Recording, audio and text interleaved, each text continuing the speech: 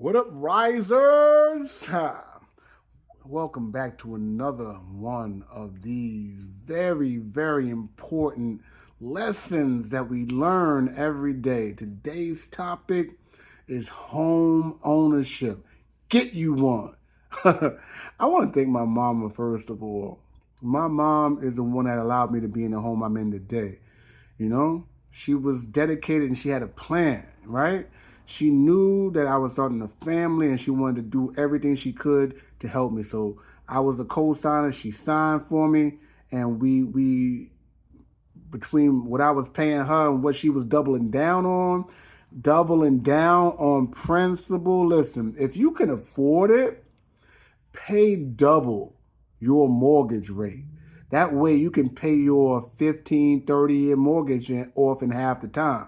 And you don't want to have to pay all that interest.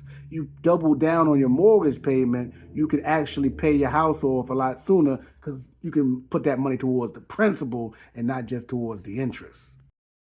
Thank God for you, Mom. You are such a blessing. I love you and thank you to the moon and back. I love you.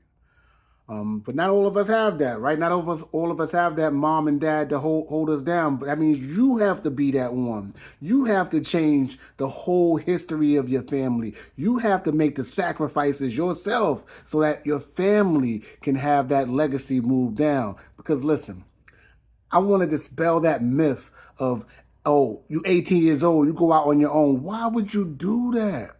Why would you do that to your legacy of your family to make them survive on their own at 18 years old when you can shelter them for the next 5 years, have them make a budget for the next 5 years and save some money. And so when they do go out on their own, they can make that down payment. You know? You have to think about your legacy. You see all these Hispanic families with 5, 10, 15, 20 people living in like a little compound. You know how much money they can save with all those many people working and doing what they need to do inside and saving money together? That's the difference between a legacy and not even being able to keep up with your own land. Next myth I want to dismiss is, oh, I can't afford to own a home. Listen, you can't afford the rent.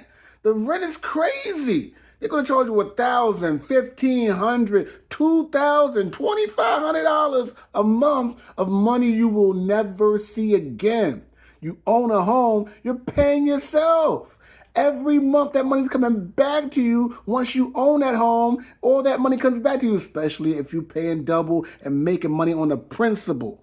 Listen, equity of the home allows you to take money out when you need to. You can borrow from yourself, become your own bank through the equity in your home. There is no way that you should be throwing away money. Why? Because you can make a plan, right? You can make a plan right here, right now, today to find a way, right? Whether you got to work a second job, get a roommate, I don't care what it is. You have to make a plan. You got to be dedicated to what you want to do. It's that dedication that will allow you to get what you want. But you got to set your mind right first. You got to have the vision first. Because whatever vision you have, you can envision it. It can and will happen. Especially if you have a family. You know what kind of stability? You know that kids need routine, and have a stable household is the foundation for what kids are able to do. Thank God for my mom. Thank God for these kids who had a stable home. Everybody went and graduated from the same high school because we were here. Foundation, stability, a place that my kids can always call home. Now, I know it ain't easy, but you got to sit down and really look at your finances. Look at how much money you bring in. Look at how much money you spend and figure it out. How do I bring in more than I spend so I can take some money away and put it away and save it? But it takes you being intentional. Not just living and letting life live you, but you control what you do in this life. But you have to be intentional. Save money. You can do it. Pay off your debts, bruh.